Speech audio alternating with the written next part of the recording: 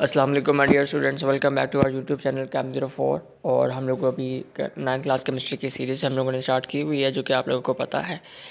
हम लोग अब तक पहुंच चुके हैं चैप्टर नंबर 2 पर। एंड लास्ट वीडियो में हम लोगों ने डिस्कस किया था कैथोड रेज को और डिस्कवरी ऑफ इलेक्ट्रॉन्स को। ठीक हो गया। और हम लोगों ने आज क्या स्टडी करना है, आज हम लोग थोड़ा आगे मूव करेंगे नेक्स्ट टॉपिक की तरफ। और आज हम लोग डिस्कवर करेंगे या स्टडी करेंगे बेसिकली प्रोटॉन्स को। ठीक हो गया students. So today we have to discuss the discovery of protons, कि किस तरीके से हम लोगों ने प्रोटॉन्स को स्टडी किया था या डिस्कवर के साइंटिस्ट ने किया था। So let's start. In 1886, Goldstein observed that in addition to the cathode rays, other rays were also present in the discharge tube. कल हम लोगों ने बात की थी ना, कैथोड रेज की बात की थी। तो लेकिन 1886 में गोल्डस्टाइन को क्या हुआ, उन्होंने ऑब्जर्व किया कि नहीं, हम लोग सिर्फ कैथोड रेज की बात कर रहे थे, but there are some other rays as well. ठीक है। और वो अदर रेज क्या थी, वो थी हमारे पास प्रोटॉन्स से। ठीक हो गया। These rays were traveling in opposite direction to cathode rays। और इनका क्या फिनोमेना था, मतलब जिस डायरेक्शन में हमारे पास कैथोड रेज ट्रेवल कर रही थी, ये वाली रेज थी, ये उसके ऑपोजिट डायरेक्शन में मूव कर रही थी। तो एक बात तो कंफर्म थी कि ये उसके ऑपोजिट चार्ज थी, मतलब जो चार्ज कैथोड रेज का था, इनका चार्ज उससे ऑपोजिट था। ठीक हो गया हमारे पास students. Let's move forward. He used a discharge tube having a perforated cathode as shown in figure 2.2.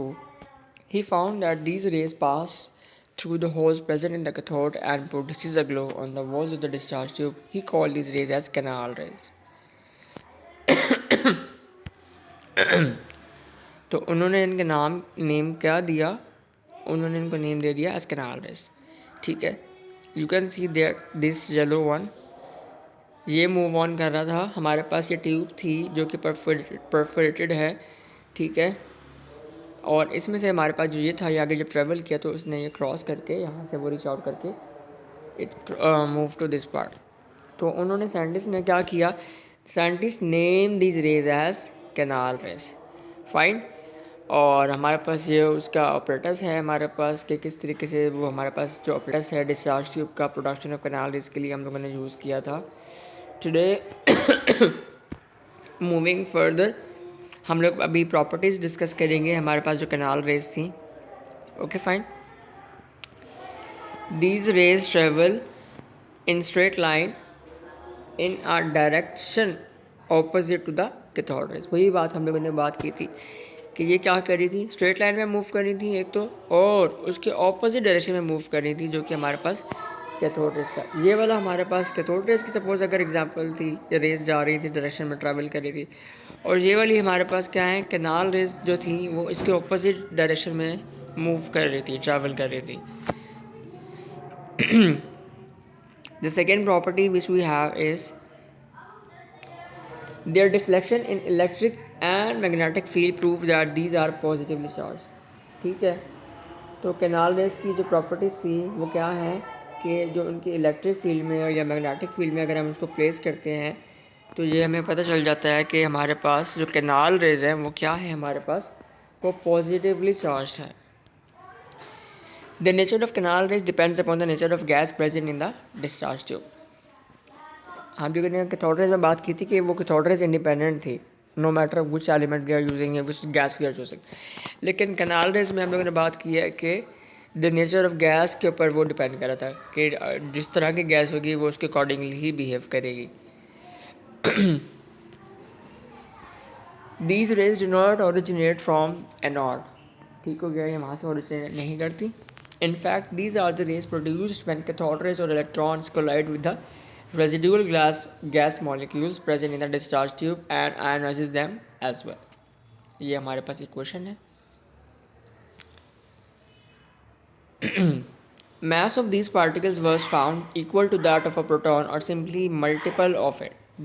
The mass of a proton is 18,040 times 1840 times more than that of an electron। ठीक हो गया। तो ये आप लोग MCQ point of view से याद रखिएगा, क्योंकि अक्सर क्वेश्चंस में ये बहुत फ्रीक्वेंटली आ जाता है। Thus, these rays made up of positively charged particles.